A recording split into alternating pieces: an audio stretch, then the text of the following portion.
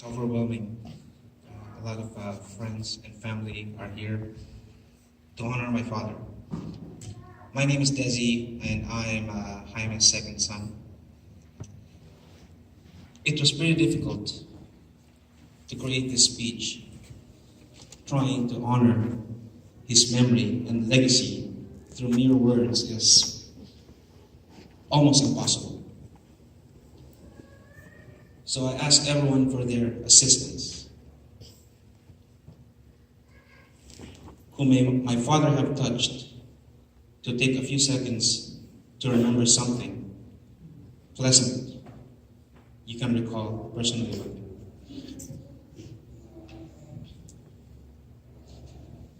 As I see through this church, I see faces, friends, loved ones, smiles, tears, sadness, as we all mourn his passing.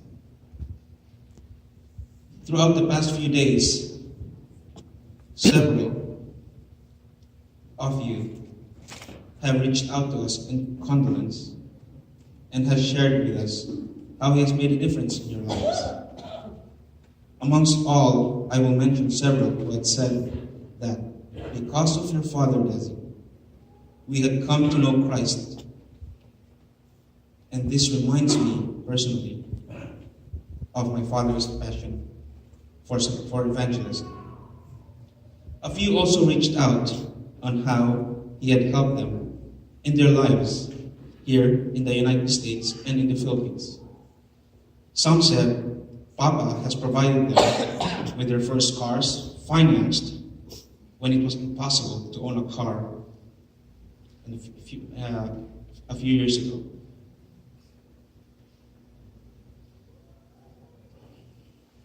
One friend said, "If it weren't for your father, I would have never bought my home and lived the American dream." Makes me again realize that he is a pillar of his community and has touched many lives. So many other messages and calls I received, the family has received, with pleasant messages, comforting.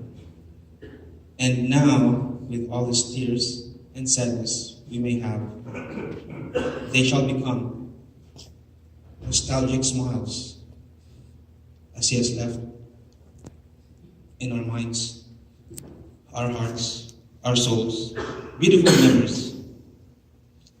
And talking about smiles, as you can see in his portrait, I would say it's priceless. At home, I remember Papa to be so loving, affectionate to us, his family, from our childhood up to our adult years. His constant hugs, kisses, affection will be missed dearly and will always be a beautiful memory. I remember a quote from him prior to meals as Mommy and Papa would call us into the dining table. "The family that eats together stays together." And through the years, we have always had togetherness in family, and he has honed this bond between us. In talking about eating, Papa loved to eat. As you may all know, in the slideshow, there's a lot of meals, and I'm sure a lot of you have shared pleasant meals with him. I'm going to go back to his early days briefly in Dumaguete, in the Philippines. Growing up in Dumaguete, my school was a walking distance from his office, so I would walk and be with him after school. There's times that he would allow me to be in his office with his meetings, and I have observed how he handled people and did business. May it be from people in the town, big businessmen, big politicians. This is where I had a full understanding that he was pretty important person, as all of them came in reverence, and he would capture the entire conversation like one in control. Back then, he was a provincial board member, a politician, and a businessman. In our adult years as children, already here in the U.S., Papa has always been supportive of us and taught us hard work. As I had mentioned earlier, I continued to observe and learn from him. I remember going to the shop in Linwood, as a lot of you may know. This was when we started the business there, back in the 90s. We were buying, fixing, and selling cars. I was new here in the U.S. I was maybe 14 years old. He put me right to work, labor, changing cars, carrying car parts, to washing, cleaning cars for sale, and I would come home so tired. I was in shock, as coming from a luxurious living in the Philippines, doing labor at that age. I know it was a part of my training that nothing is easy as an immigrant. As we, his children, grow into our professional years, we had inherited his diligence in work, hard work, valued what we had. He was always supportive.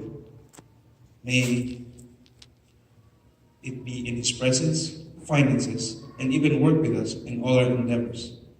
When we fail, he would encourage. And when we succeed, he would applaud us. But when he praised us for success, he would always tell us to do better for our own gain and not for his. He indeed was selfless.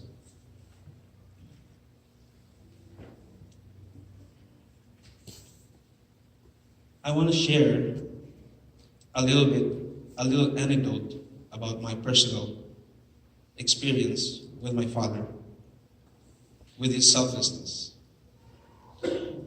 There was a time period in my life where I distanced myself from my father due to personal challenges in life. And a lot of you who knows the family knows about the past of my father and me, until finally I reached rock bottom, and that's when I started a new life as a Christian. During this process, I reached out to Papa through a phone conversation, and I told him I wanted to patch up our broken relationship. And he said, and I quote, "Desi, I never had broken a relationship with you, as I am always here for you, waiting for you, and I love you." Just like the story of the prodigal son, he took me in with open arms and gave me more than what I deserved. So with that said, I want to quote a very personal friend of ours who had texted me in our times of mourning and grief. She had said,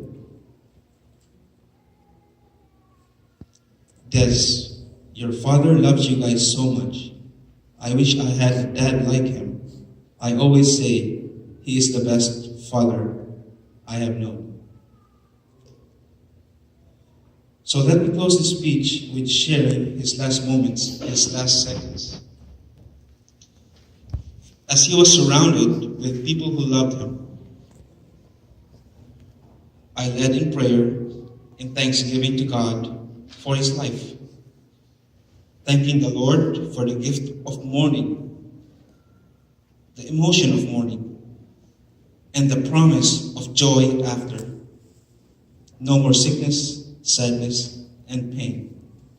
And finally, thank the Lord for the promise of my father's entrance into his kingdom of paradise in heaven. And soon after that, he took his last breath. I will not lie, we are hurting as a family.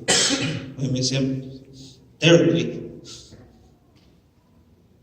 But we take hold of the word that he is in a better place.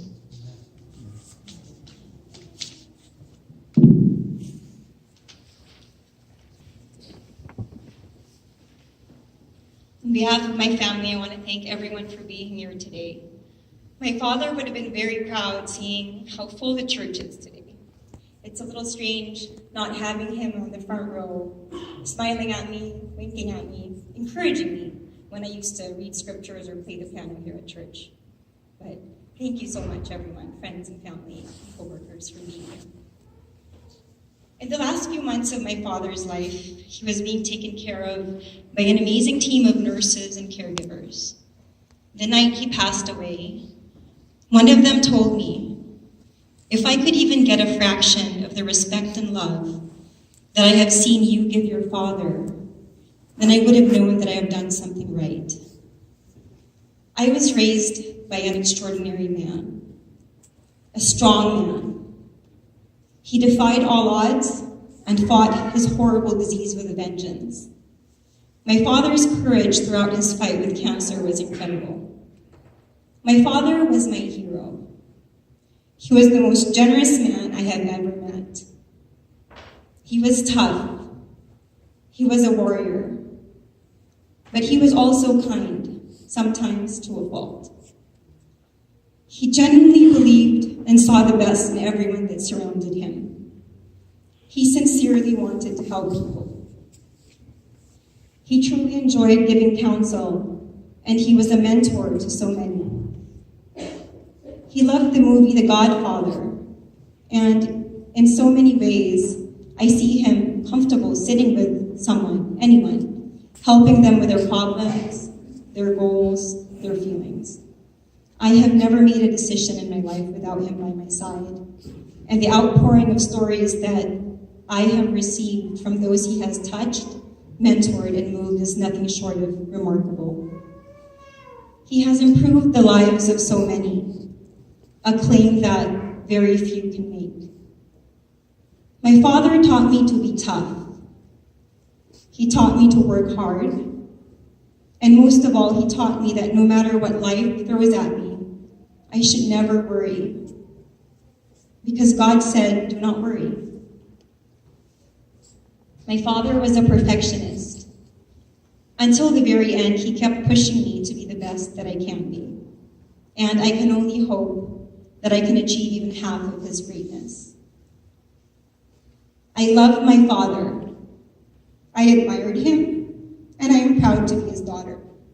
I was given 36 years to learn from the greatest man I have ever known, and it is an honor to carry on his legacy. Thank you. If there's anyone that... Good afternoon, family and friends. Death is the one thing that will eventually comes to all of us. For months, I witnessed my desi, best friend in Christ, from up the hill to downhill, till his last breath, with his family around, Dino, Dee, Angela, and Devin. God took him without struggle, charged it to our regular reading the Bibles and singing gospel songs. To my BFF, travel to great beyond with our Lord Jesus Christ. Be happy on your trip because God's love you. Me and my family grieve by loss of Jumbo. I am also thankful for the chance to have him as my friend. He will always be loved and remembered with his beautiful smile and unforgettable happy moments. BFF, goodbye, and I will cherish and miss you. I want you to share my favorite verse with you. Our hearts were made for you, O God, and they shall not rest. They shall until the rest in you. Thank you. Hi, good afternoon. Before I start, I must confess that the first few slides that was shown blown up on the screen, I was doing okay until Angela started to hit the notes on the Amazing Grace and put some tears in my eyes. My name is Eli Tomas. I have known Jumbo for over 15 years, no less than 15 years. I've spent time with him countless of hours, on many, many days. I've had many experiences with him. I'm here not to praise him or to enlarge him yet what he was in life, but simply to share with you the experiences that I've had with him. He can be defined and characterized in so many ways until I did it. Jumbo was a warrior. He's a very good dad, a loving dad, a very conscientious dad. He helped the community in every way he can. He loved life above all. Life that he loves and insists that didn't show in the but above all, he was my brother and my son. Many times we would meet, almost 3 or 4 times a week. We'd meet at Starbucks, our favorite at the Wax Museum. The coffee, more breakfast coffee that we will have would last anywhere between 2.5 to 3 hours. Then we will meet for lunch that would last for about 3 or 4 hours. We talk about so many things. Jumbo has his own frustrations, that he's so blessed that he is in the kingdom of our Lord. God that he loved so much, as he had always been, grounded in the faith of his Christian church. And to the family of Jumbo, I'm happy that I was given a chance to know you. You will not forget us, that we will pray to our Lord as we are here, struggling in our life. Thank you, ladies and gentlemen.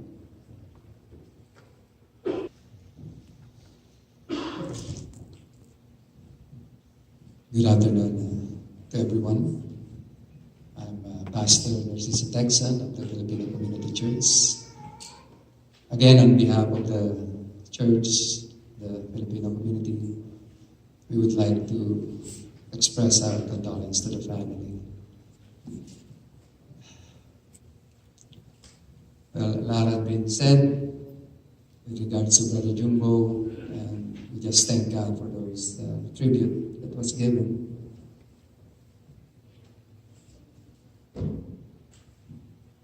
Truly, we are celebrating the life of Brother Jumbo, Jaime Jumbo Ponce,